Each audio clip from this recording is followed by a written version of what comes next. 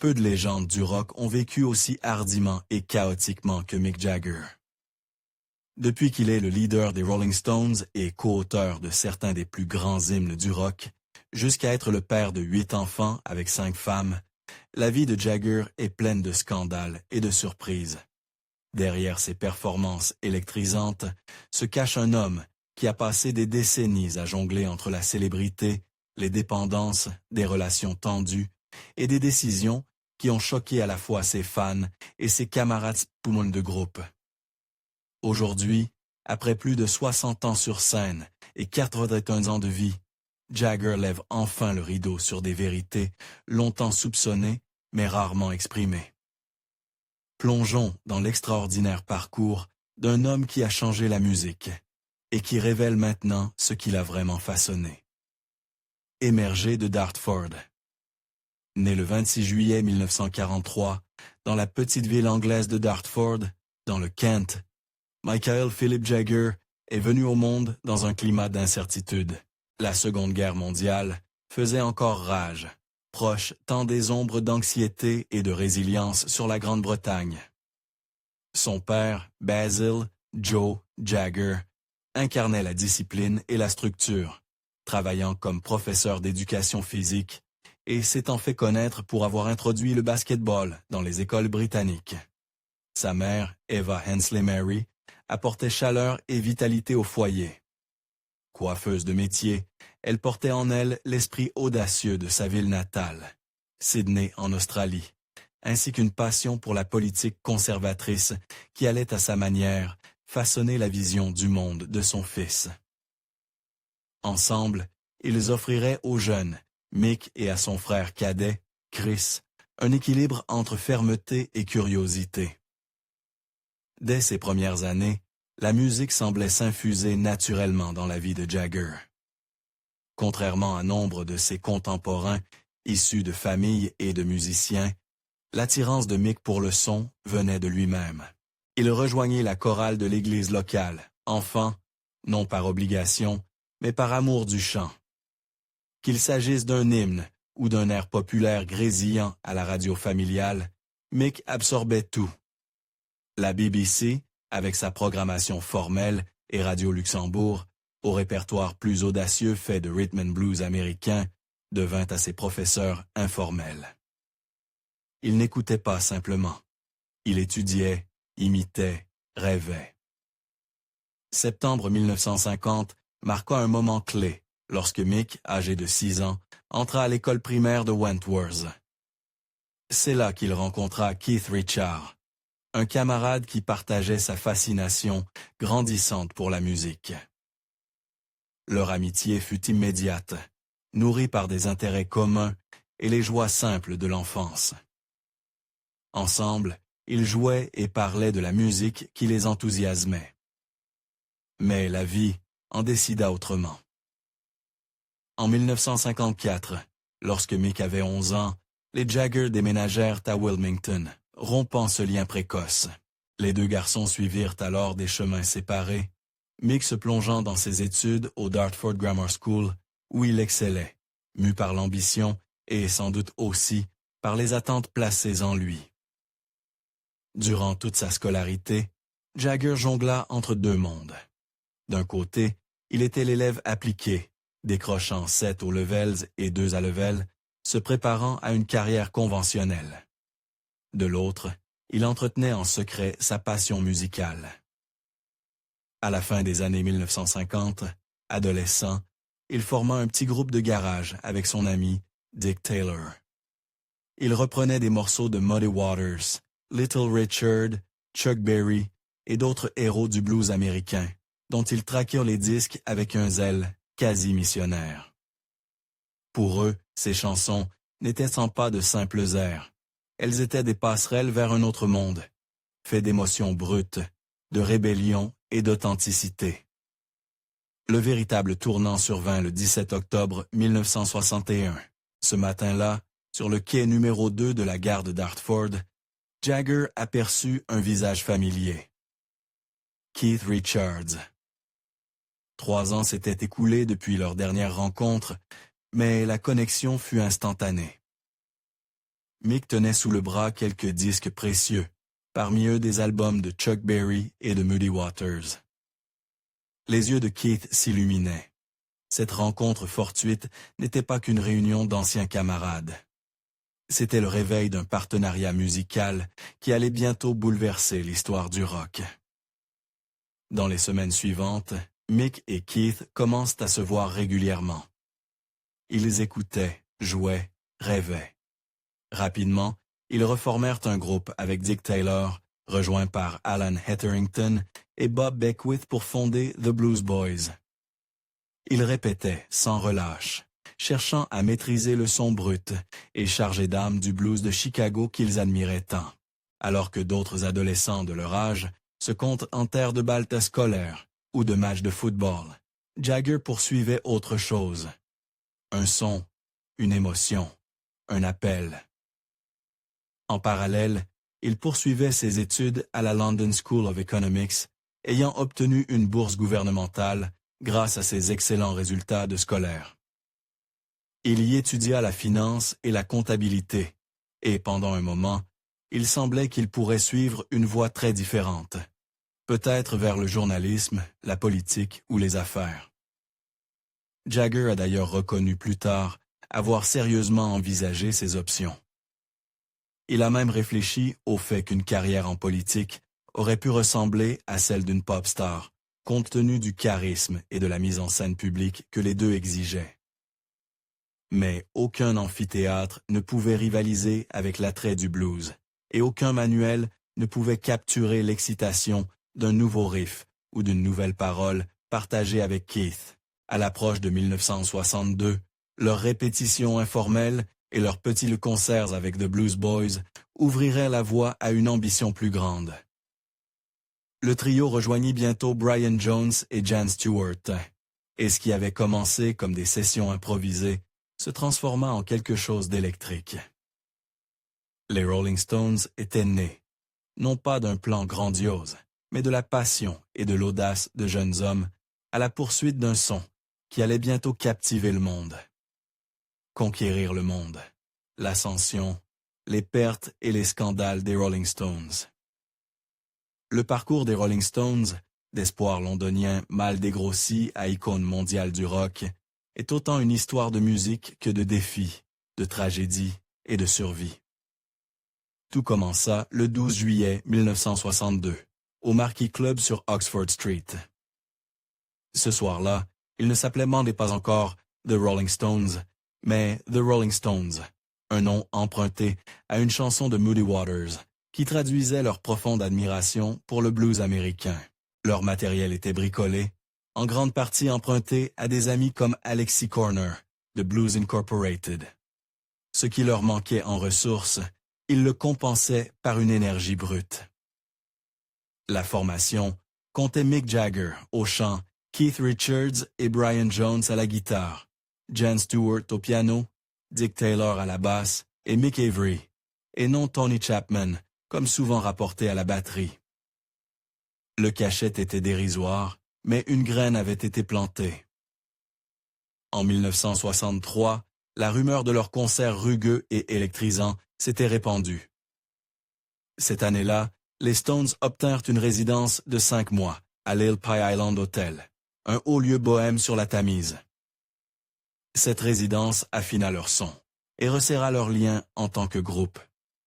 À cette époque, un jeune manager nommé Andrew Loog Oldham entra en scène. À peine dans la vingtaine, Oldham voyait les Stones non seulement comme un groupe, mais comme une marque. Il façonna leur image en opposition aux Beatles, plus durs, plus dangereux, moins polissés.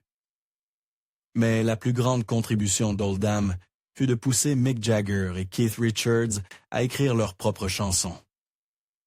Réticents au début, ils libéraient rapidement un partenariat d'écriture qui allait définir le rock pour des décennies. Leurs premiers titres originaux, The Last Time, en 1965, puis le Seismic, I Can Get No Satisfaction, les distinguèrent. Satisfaction captura la frustration de la jeunesse dans un monde en mutation, avec son riff saturé et ses paroles moqueuses.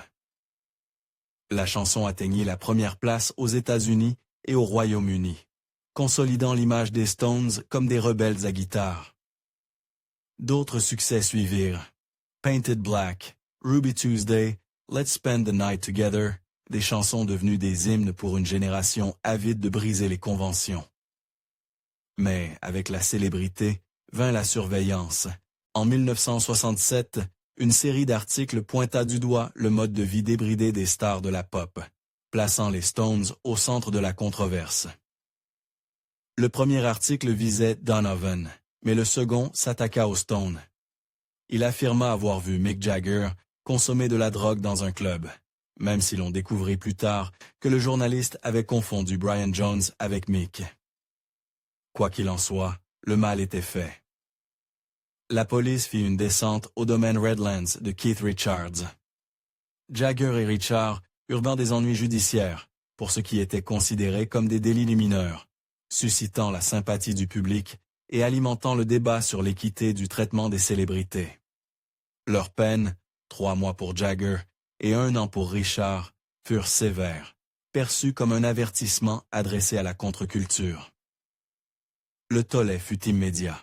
Même le Times, sous la direction conservatrice de William Rees-Mogg, prit leur défense en publiant un éditorial resté célèbre, « Who breaks a butterfly on a wheel ?»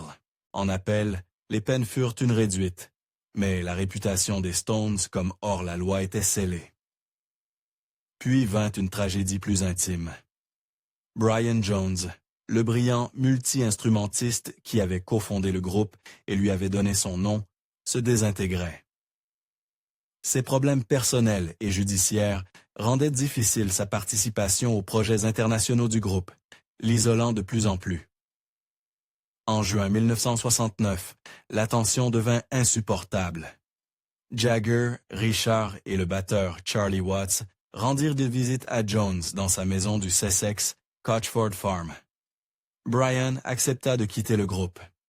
Il fut remplacé par le jeune et talentueux guitariste Mick Taylor. Moins d'1 mois plus tard, le 3 juillet 1969, Brian Jones disparut tragiquement chez lui. Un choc pour le groupe. Il avait 27 ans. Cette perte ébranla profondément les Stones. 2 jours plus tard, il devait donner un grand concert gratuit à Hyde Park, un spectacle qui prit alors des allures de commémoration. Vêtu de blanc, Jagger monta sur scène et lut des extraits d'Adonais, l'élégie de Percy Bysshe Shelley pour John Keats. Puis, alors que des milliers de papillons étaient relâchés dans le ciel, le groupe entama son set. Des morceaux comme Honky Tonk Woman, sorti la veille, résonnaient dans le parc, mêlant le chagrin à l'hommage. Mais le destin n'en avait pas fini avec eux. Le 6 décembre 1969, lors de l'Altamont Free Concert en Californie, ce qui devait être un Woodstock de la côte ouest tourna au chaos. Les Stones, portés par le succès de Let It Bleed, avaient recruté des membres du club de Motörhead Hells Angels pour assurer la sécurité. Celle-ci fut gérée par un groupe mal préparé à l'ampleur de l'événement, et la tension dégénéra. L'atmosphère était lourde dès l'arrivée de Jagger, qui fut frappé au visage par un fan avant même de rejoindre la scène. La nuit tombait pendant Under My Thumb. Une altercation près de la scène tourna au drame, jetant une ombre sur ce qui devait être une célébration musicale. Les Stones, inconscients de toute l'horreur qui se déroulait, continuèrent à jouer, craignant qu'arrêter ne déclenche une émeute. Ces événements tragiques furent immortalisés dans Jim Shelter, les inscrivant à jamais dans l'histoire du groupe. Jagger avoua plus tard avoir eu une peur bleue ce soir-là, hanté par la proximité du danger. La presse accabla le groupe pour les décisions qui avaient été menées à la catastrophe. Ce qui devait couronner les années 1960 comme un triomphe de paix et de musique, devint au contraire un sombre symbole de la face cachée de cette époque. À travers tout cela, les Rolling Stones ont tenu bon, meurtris, assagis, mais pas brisés. Leur légende grandit, non seulement grâce à leur musique, mais aussi parce qu'ils avaient traversé le feu et poursuivi leur route, conquérant le monde un scandale, une perte, une chanson rebelle à la fois. Les années 1980 et l'effondrement des Glimmer Twins. Pendant une grande partie des années 1970, malgré les turbulences, le partenariat Jagger-Richard enchaîna les succès. Sticky Fingers, Exile on Main Saint, Some Girls. Mais à l'aube des années 1980, les fissures s'élargirent. MTV bouleversa le monde musical, et la soif d'expérimentation de Jagger entra en conflit avec l'attachement de Richard aux racines des Stones. Lorsque Jagger lança sa carrière solo avec She's the Boss en 1985, puis Primitive Cool, Richard se sentit abandonné. Leur album de 1986, Dirty Work, reflète à cette rupture. Un disque décousu où le groupe enregistra souvent séparément. Richard se moqua de Jagger en le surnommant Brenda et Her Majesty. Des piques contre ce qu'il percevait comme un ego démesuré et un comportement de diva. Les mémoires de Richard, Life, n'épargnaient pas Jagger, décrivant leur relation comme tendue depuis des décennies et l'accusant d'avoir laissé la célébrité lui monter à la tête. Mais Jagger n'était pas non plus sans responsabilité dans l'alimentation de ces tensions. En acceptant un anoblissement en 2003, que Richard critiqua ouvertement comme incompatible avec leur image de rebelle, il creusa encore le fossé. Pourtant, derrière les pics publics, subsistait un lien complexe que ni l'un ni l'autre ne pouvaient rompre. Comme le dit Richard, ils n'étaient de plus amis, mais des frères à jamais liés par la musique, l'histoire et le poids de tout ce qu'ils avaient construit. Le père, l'amant, l'homme derrière le mythe. Pendant des décennies, la présence assurée de Mick Jagger sur scène, son charme magnétique et son énergie inépuisable ont défini ce que signifiait être une rockstar. Mais derrière les lumières éclatantes, les foules en délire et les riffs iconiques se cachaient un homme dont la vie personnelle fut souvent aussi chaotique et turbulente que ses performances les plus déchaînées.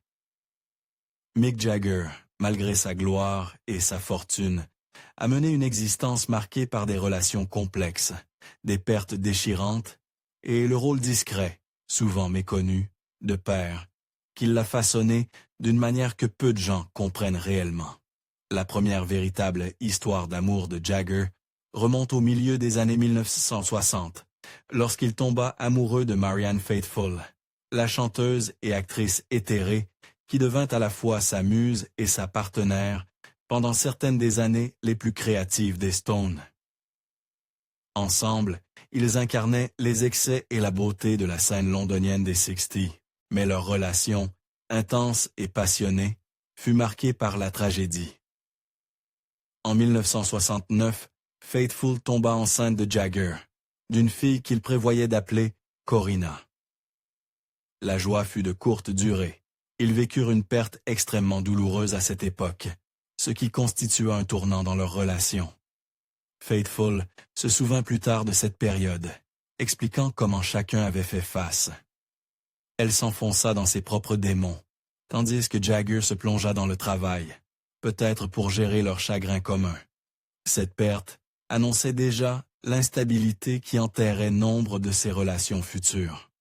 En 1970, Jagger entama une liaison avec Marcia Hunt, la chanteuse et actrice américaine au charme saisissant, bien qu'elle fût mariée à l'époque. Leur relation fut brève, mais importante. En novembre de la même année, Marcia donna naissance à Caris Jagger, le premier enfant de Mick. La relation prit fin, mais Caris resta un point d'ancrage discret dans la vie de Mick, une file qu'il soutint, même si ses aventures amoureuses continuaient à faire les gros titres. Puis vint Bianca Pérez Mora Macias, la mondaine nicaraguayenne glamour qui devient Madame Mick Jagger, lors d'un somptueux mariage en 1971 à Saint-Tropez. Leur union semble promettre, un temps, la stabilité.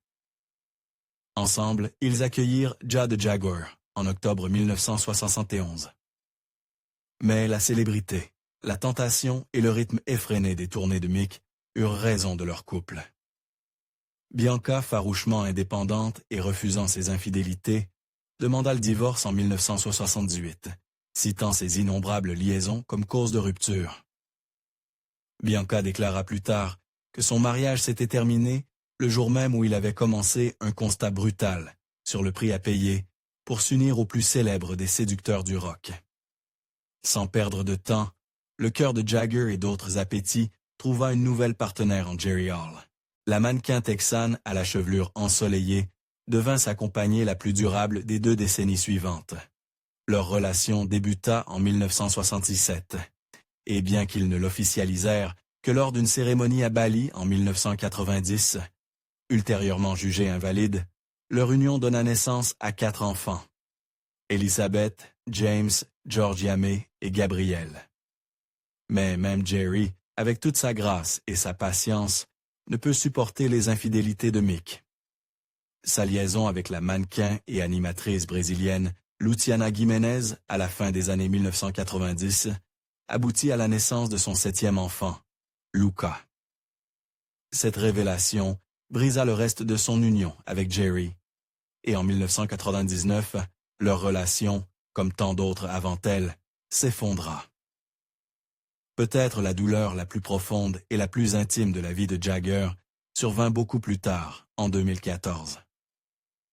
En tournée en Australie, il apprit la disparition soudaine et tragique de sa compagne de longue date, la styliste Lauren Scott. Lauren, élégante, créative et d'une grande discrétion, avait été à ses côtés pendant plus de 10 ans, lui apportant un soutien silencieux que Mick connaissait rarement. Cette perte fut un choc immense. Pour une fois, le leader d'ordinaire si réservé montra une vulnérabilité rare, exprimant publiquement sa peine et son désarroi dans un message sincère. De cette obscurité naquit un chapitre plus apaisé. Mick trouva du réconfort et un nouveau sens avec la danseuse de ballet américaine, Melanie Hamrick, avec qui il accueillit son 8e enfant, Devereaux, en 2016.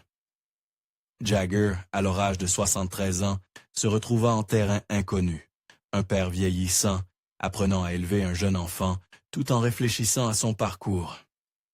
À 80 ans, Jagger avoua en interview que la paternité à ce stade lui semblait étrange. Il reconnut se sentir hors d'entraînement, expliquant que son approche était plus détendue, laisser faire, comme il le disait, mais qu'il était déterminé à soutenir et encourager le chemin unique de son fils. Accepter la vérité. À 81 ans, Mick Jagger a commencé à livrer des réflexions qui font tomber le masque de la légende du rock intouchable. Dans de récentes interviews, il a parlé franchement des réalités derrière la célébrité. Jagger admet qu'être une rockstar, malgré ses sensations fortes, l'a souvent laissé intellectuellement inassouvi. Il a décrit ce rôle comme peu exigeant sur le plan intellectuel, et a confessé que, dans sa jeunesse, il avait sérieusement envisagé de devenir enseignant ou journaliste. Des voies qui, selon lui auraient peut-être apporté un autre type d'accomplissement. Sa fascination précoce pour l'écriture et la politique était authentique, et il lui arrive de se demander comment sa vie aurait évolué s'il les avait poursuivis. Jagger a également évoqué le coût émotionnel du personnage qu'il s'était construit. Les tournées incessantes, aussi grisantes fussent-elles sur scène, l'ont souvent laissé isolé. Il a parlé sans détour de moments de profonde solitude, notamment lors de longues absences, loin de sa famille et de ses amis. Sa relation avec Keith Richards, bien qu'enduring, reflète le prix de leur succès commun. Jagger reconnaît la rivalité qui, par moments, est devenue amère. Les années ont apporté des affrontements autour du contrôle, de la vision et de l'ego. Des conflits qui ont mis à l'épreuve le lien né sur un quai de gare à Dartford. Pourtant, malgré les tensions, Jagger admet que leur connexion musicale les a toujours ramenés l'un vers l'autre, plus forte que les mots. Aujourd'hui, Jagger considère différemment sa place sur scène. La soif de domination s'est apaisée, remplacée par le désir de créer et de partager. Son travail récent sur Acne Diamonds, aux côtés d'artistes comme Lady Gaga et Paul McCartney, reflète ce changement de perspective. non plus prouver, mais transmettre. Jagger plaisante à propos de l'idée de tournée posthume, où la technologie pourrait un jour permettre aux Stones de continuer à jouer après sa disparition. L'histoire de Mick Jagger faite de talent, de tourments et de transformation. Après toutes ces décennies, quelle est votre chanson ou moment préféré des Rolling Stones? Partagez-le en commentaire. Et si vous avez apprécié cette plongée, n'oubliez pas d'aimer, de partager et de vous abonner pour d'autres histoires extraordinaires du monde de la musique.